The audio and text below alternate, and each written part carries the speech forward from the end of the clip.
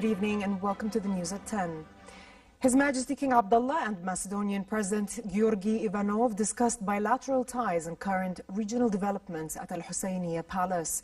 The president is on an official several-day working visit to the kingdom and is accompanied by his wife. The two sides expressed the need to bolster economic, political, security and military ties and strengthen cooperation in the agriculture, water, culture, higher education, pharmaceuticals, IT and tourism industries. His Majesty said President Ivanov's visit is an important opportunity to build on the results of the recently held bilateral meeting on the sidelines of the UN General Assembly. President Ivanov, who expressed his honor at being the first Macedonian president to officially visit Jordan, commended the kingdom's role in maintaining regional stability and security. The meeting also addressed regional and international efforts to counter terrorism and extremism, including Islamophobia and the danger of isolating Muslim communities in the West.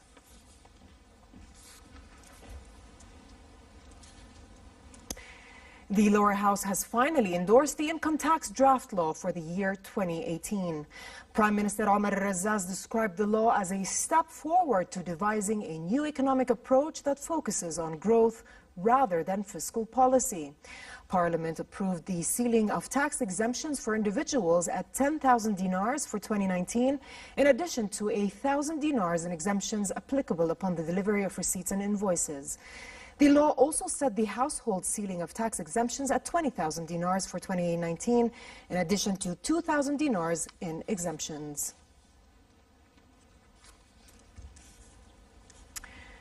Prime Minister Razaz also approved actions taken by Minister of Industry, Trade and Supply, Tariq Hammouri, to recover missing amounts of money discovered during an inventory of Rusaifa's Civil Service Consumer Corporation's fund.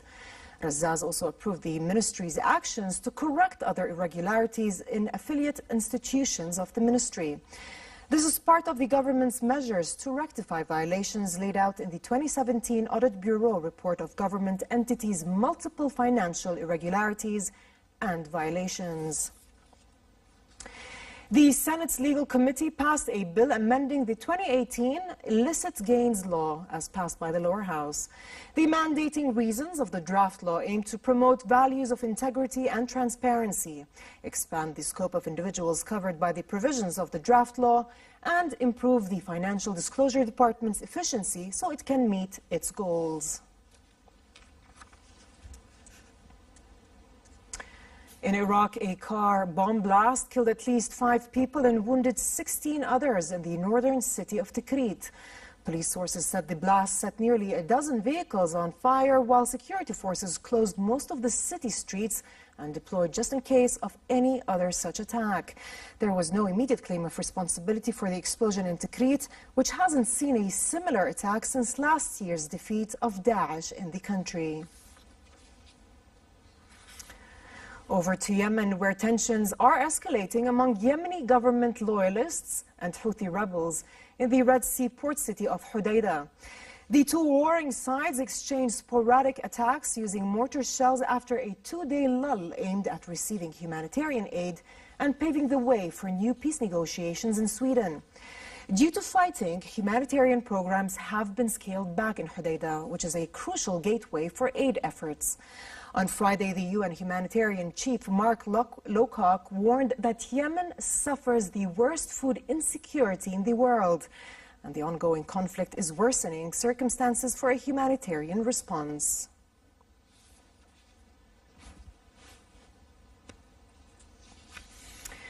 Meanwhile, in the United States, authorities sifted through the charred wreckage of California's deadliest ever wildfire, searching for any signs of the 1,276 people now listed as missing in the mountain town of Paradise. The remains of 76 people have been recovered so far, 63 of whom have been tentatively identified pending DNA confirmation.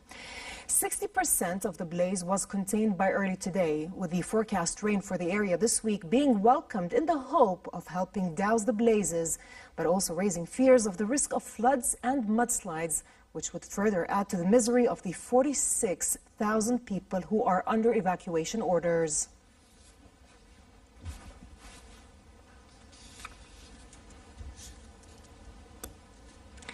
In sports, Italian Andrea Dovizioso mastered wet conditions in a dramatic two-part race to win the MotoGP season finale at the Valencia Grand Prix. The Ducati rider recorded his fourth victory of the season, while Paul Espargaro and KTM came second, while Valentino Rossi secured third place. In Moto3, Turkey's Can Onçu became the youngest ever Grand Prix winner, aged just 15 years.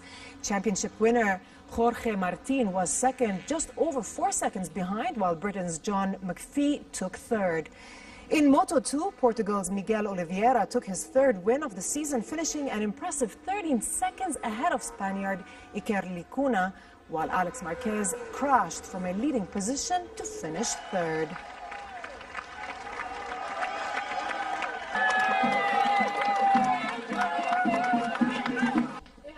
Began the grueling Oman Desert Marathon. The first of the 6 stages, which began yesterday, was a relatively short 21 kilometers designed to acclimatize competitions to the 165-kilometer race, which will see the runners face a variety of landscapes crossing the Gulf of Oman to the Arabian Sea. In the first stage, Morocco's Rashid El Mrabti crossed the line quickest in a time of 2 hours, 9 minutes, 13 seconds, with his brother Mohammed following closely behind. Fellow Moroccan Aziza Raji took top spot in the women's category, with France's Kathleen Lejeune in second.